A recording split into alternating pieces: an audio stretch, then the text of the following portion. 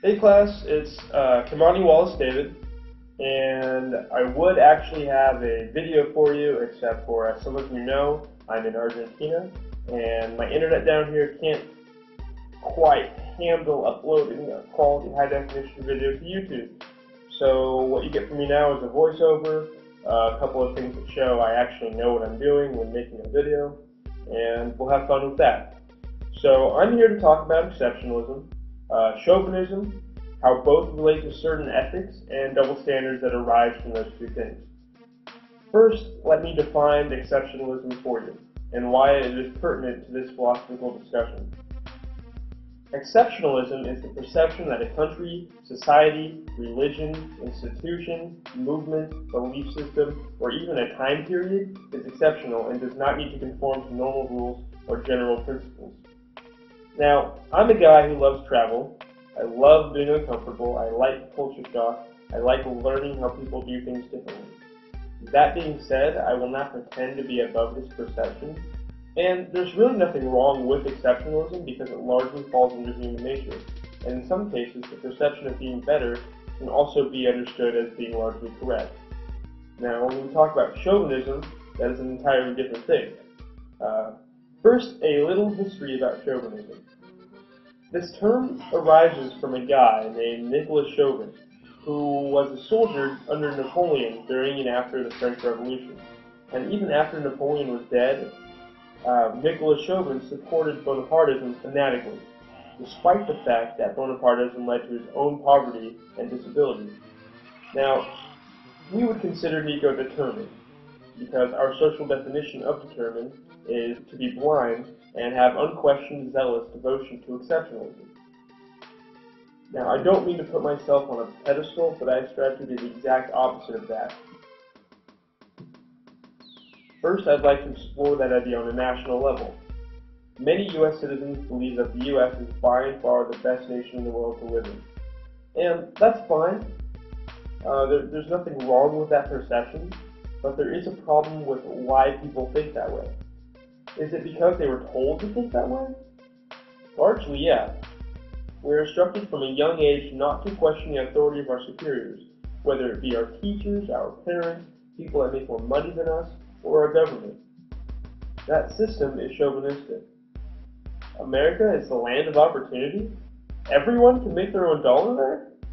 Not according to the International Living, which files a nonpartisan index every year to rank countries in terms of quality of life. The United States is 7th on that list. On the UN Human Development Report, the U.S. is listed at 12. Why? Because our country does not offer equal opportunity to all of its citizens.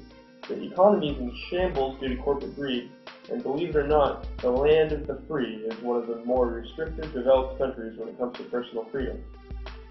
Part of the contribution to that system of chauvinistic indoctrination is the influence of big media outlets, who, when reporting the news, also twist the information, and in Fox News' case, outright lie. And without competition, the price of insurance goes up and quality goes down. And it makes it easier for insurance companies to treat their customers badly by cherry-picking the healthiest individuals and trying to drop the sickest, by overcharging small businesses who have no leverage, and by jacking up rates. Insurance executives don't do this because they're bad people. They do it because it's profitable. When he said tonight that insurance executives are bad people, it took me back because it was so harsh and I think unfair, but it's part of their polling. Fox News case, outright lie, in order to support their own agenda. I'm not arguing against personal responsibility. That should be expected.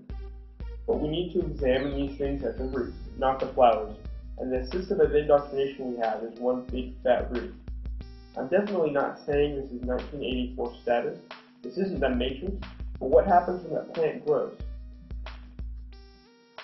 If we look at our ethical perspective when it comes to chauvinism, we can see that as a country, the ethical position that fits us most is egoism. Egoism is a position that states if whatever action you take is in your best self-interest, then it is moral. Now sure, that may be an extreme assertion, but our society is far from altruistic. and we are just secular enough to be separate from that doctrine of divine command or natural law. It isn't a black and white issue, but we as a country cannot deny that we are self-serving. Why is U.S. culture so prevalent in some countries? What double standards has the U.S. created with its national exceptionalist approach when it comes to international relations? So, on an international level, this attitude of chauvinist exceptionalism is not exactly welcomed with open arms. Now, one of the fundamental problems that led to a somewhat anti-U.S. development internationally was the essential takeover of our government by corporate interests. As an example, there is a consumer rights/financial reform bill being pushed through the U.S. Senate right now that would guarantee that American taxpayers would not be subject to the greed of the corporations, as well as instilling basic reforms that would, 1, prevent international business imperialism, and 2, these large corporations overextending themselves. Oh yeah, and they prevent taxpayer responsibility should those corporations break those laws. Now, the Senate Minority Leader, Mitch McConnell, met with the top 25 executives in Wall Street last week to brainstorm ways to kill the consumer rights legislation.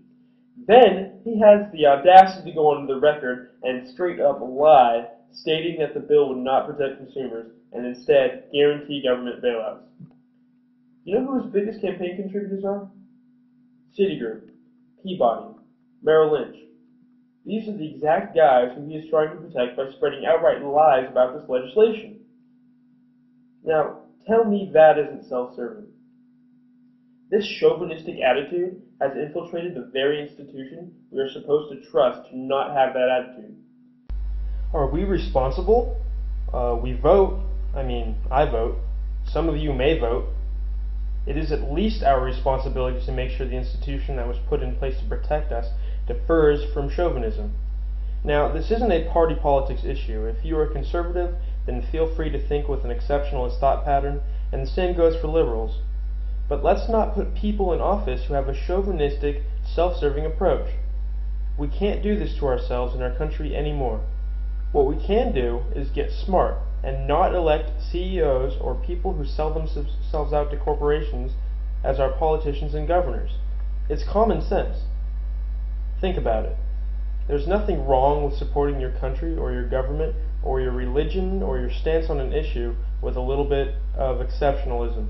But don't do it despite the facts. That is chauvinistic. And I, for one, have had enough. DeSalle Tobacco Company has given a lot of money to Rubio's campaigns, and they're a tobacco company out of Florida, when they got a really neat deal, which is that all of the tobacco companies have to pay a certain tax in Florida. There is one exception, the DeSalle Tobacco Company. Funny how they give money to the Speaker of the House, and then they wind up getting this exemption. In fact, in his role as Speaker of the House, this issue that was brought up earlier about DeSalle Tobacco Company, why they should be the only company that doesn't have to pay this tax, guess who decided not to bring it up? Marco Rubio, the Speaker of the House, was like, yeah, you know what? I don't think we should even debate that issue.